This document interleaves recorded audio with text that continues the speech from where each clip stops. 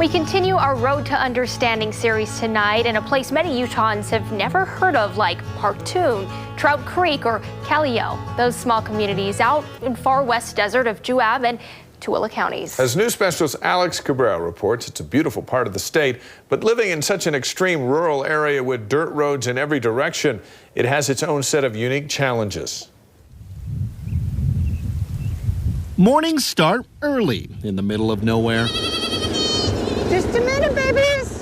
Just a minute. But even out here, come on, mamas, let's go. There's plenty to be done. Guys, today is not the day. You ready? They get milk twice a day, like any dairy animal. Barbara Mum never thought she would become a goat rancher. Willie, Tar Baby, and Electra. But when you live in Partoun, well... Cabernet, now don't kick me, honey. You do what you have to do to survive. We have all of the modern conveniences that anybody in town has. It just takes me 2 hours to get to town. Partoun and the nearby small communities of maybe 50 people... I know, that's Mrs. Hill. She generally walk every morning. ...are surrounded by seemingly endless miles of dirt roads in Utah's West Desert near the Nevada border. It is peaceful and beautiful, but being so remote means making a living is tough. We need some kind of a little industry out here. There isn't a gas station, restaurant, or grocery store anywhere nearby. Rural Utah pretty much has the same problems all over. The kids are leaving. There's nothing for them to come back to. There are 2 schools here, an elementary and a high school with about 25 students total. This year's graduating class is 2. What I do know is there used to be 150 kids in this school at one point, and now we're down to 12 in the high school. Kind of shocking coming out here the first time. This is Daniel Kimball's first year teaching at West Desert High School. He moved here because, besides being a job, the incentives are pretty good, like housing for him and his family. We don't have to pay housing or utilities, which is amazing. That was another one of the big draws. Utah Studies is for the junior high kids and the 6th grade. Plus, he teaches lots of subjects like guitar, Portuguese, and gym class. U.S. history is for the high schoolers.